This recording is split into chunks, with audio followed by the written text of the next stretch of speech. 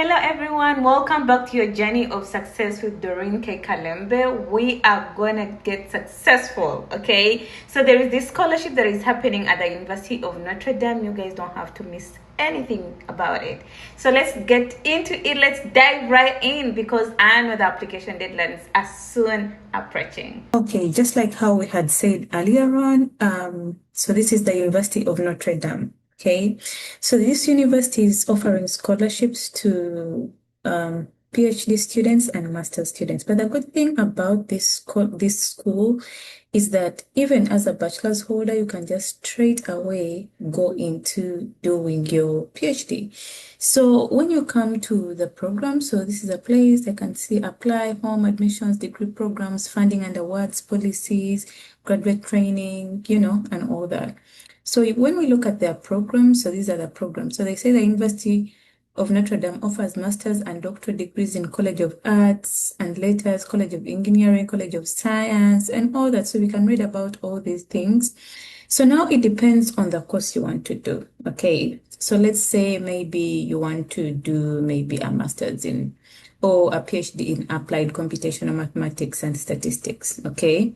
So when you come here, you will see it has the applied and computational mathematics and statistics. Now, you can read about the handbook if you want, but then the department, for example, if we went to application materials, so they say JIRA is optional. So these ones are optional, and then they say this TOEFL, IELTS, or Duolingo for non-native English speakers of English. So meaning if you are a speaker of English, these ones are also optional. So curriculum vitae, like a CV, so you have to submit your CV, statement of intent, 3 letters of recommendation, and official transcripts from each post-secondary institution required at the time of application. Okay, so when you go into applications, so those are things that are required. Now, for example, if maybe someone wanted to do, let's say, bio, okay. So bioengineering, so you see it is saying that the deadline for application for fall. So fall is going to be next year in around August. So the deadline is 31st of December.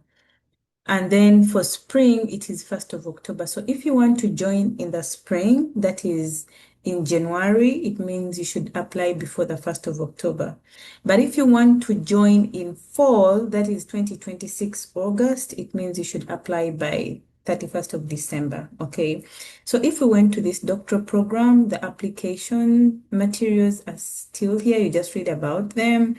And for example, so sometimes when you've done something, you don't really need to go through all the things of saying, okay, I want to do maybe a PhD or I want to do a master's, but I have an undergrad. So it depends on what you want. And actually, whatever you did for your bachelor's degree doesn't have to exactly match your PhD, but sometimes if maybe you have like similarities in the course, then you can do it. So now, if I want to pick up a course that will have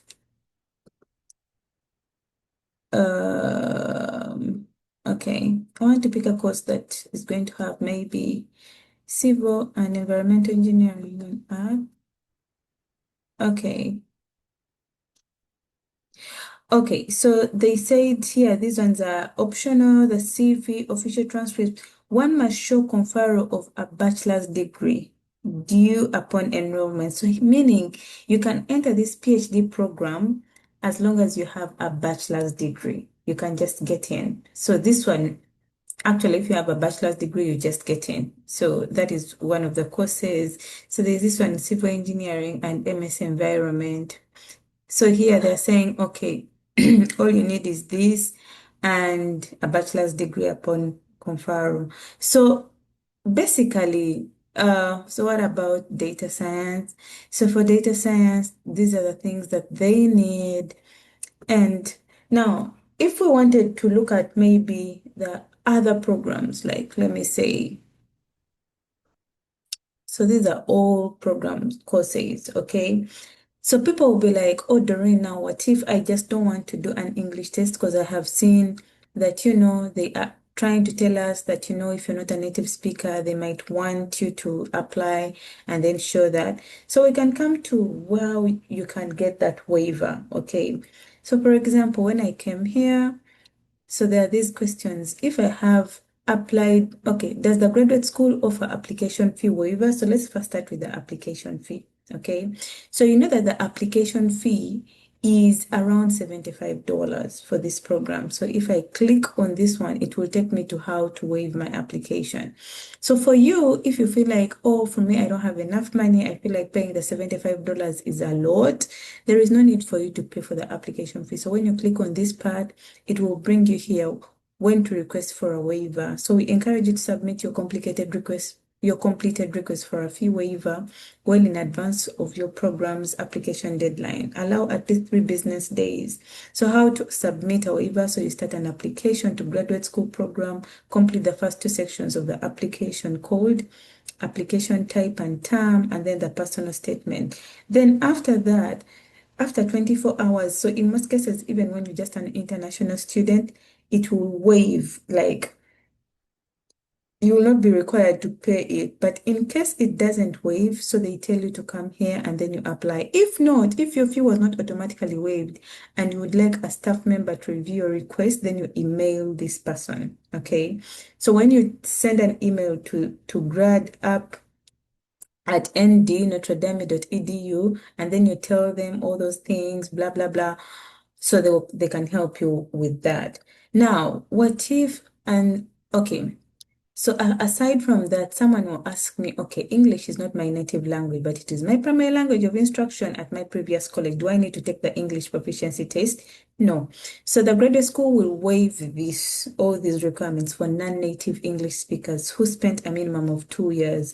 So it means if you come from a country like Uganda, Kenya, or, like those English speaking countries, or you've done your bachelor's degree, but it was primarily taught in English, then you don't need to do that English proficiency test. You just need to, after completing the apply, please confirm that this admission, okay, that you have done so. So you just come here and read. So someone will be like, okay, so how do I apply for this scholarship? Now, when I come here, we shall go straight away. First of all, you're going to go through the courses, like what course do you want? Someone will tell me, oh, I want to do law. So you come here and you type in maybe law, okay? International peace studies and political science, you can do that. Or maybe someone might say, I want to do engineering, okay? Because maybe I did physics and mathematics at my bachelor's, degree. So when I type it in, so I'll get here a lot of engineering things, aerospace engineering, blah, blah, blah, all these. So do you see them? This one is offered at a master's level. This one is offered at a doctoral level. So you find out when you want to join. Do you want to join in the summer? Meaning, if you want to join in the summer, May 4th, your deadline of application should be this. So basically, you have to be able to know your program of study. And then someone will ask, can I apply to 2 or 3 programs? Yes, you are allowed to apply to more than 2 programs. The only thing you have to do is you have to go back for each program, you have to go and select another, like you start a new application. So when you're going to apply, for example, you already know your program that you're going to apply to. So you come here and you're like application for admission, returning user or first time users. Now here, I'm already in the graduate school. So let me first go back here to home, okay?